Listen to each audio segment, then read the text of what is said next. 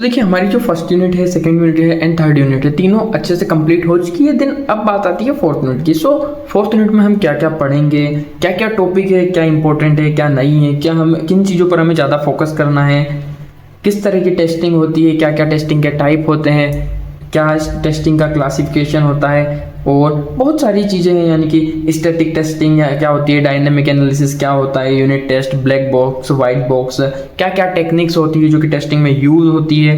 तो सारी चीज़ों का ओवरव्यू हम आज की इस वीडियो में देखने वाले हैं। यानी कि आज की इस वीडियो में हमें सारी चीज़ों का पता लग जाएगा कि क्या क्या चीज़ों को हमें पढ़ना है, क्या क्या इंपॉर्टेंट है, क्या क्या नहीं है। सो चलिए स्टार्ट करते हैं कि हमारा जो सॉफ्टवेयर एनालिसिस एंड टेस्टिंग है वो क्या है, यानी कि हमारी जो फोर्थ यूनिट है वो क्या है।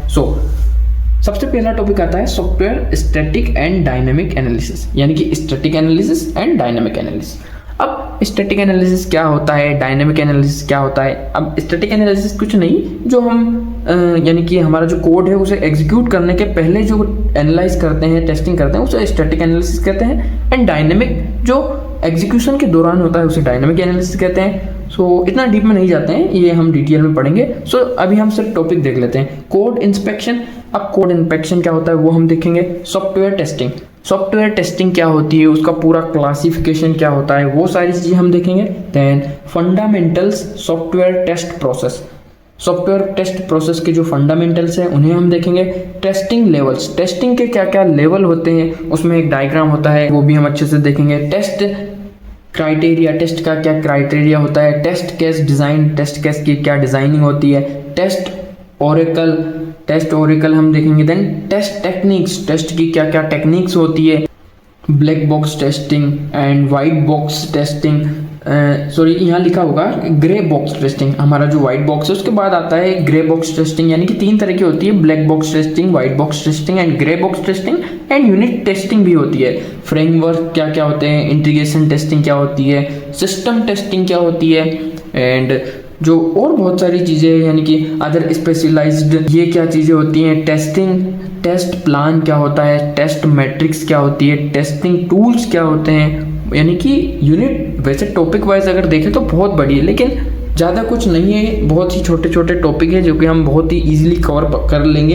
And introduction to object oriented analysis, design and comparison with structured software engineering.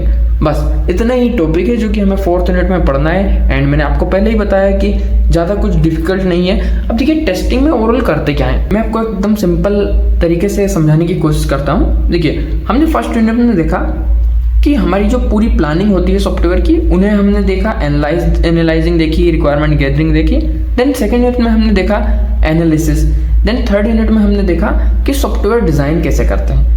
Then fourth unit में हम बात करेंगे अब डिप्लॉयमेंट से पहले की फेज है, यानी कि डिप्लॉयमेंट से पहले हम बात करेंगे कि हमने जो इतना सारा भाई ये बनाया है, हमने एक प्रोडक्ट बनाया है, तो अब उसे टेस्ट भी तो करके देखें कि ये अच्छे से काम कर रहा है या नहीं कर रहा है। देन अगर हमने इसे डिप्लॉयमेंट कर दिया, देन उसके बाद थोड़ी ज़्यादा परेशानियाँ आएंगी, तो उससे पहले ही हम टेस्ट कर लेते हैं कि हाँ हमारा जो यूज़र था उसने जो जो चीज़ें हमें बताई थी, जो जो उसकी रिक्वायरमेंट थी, वो फुलफिल हो रही है या नहीं हो रही है।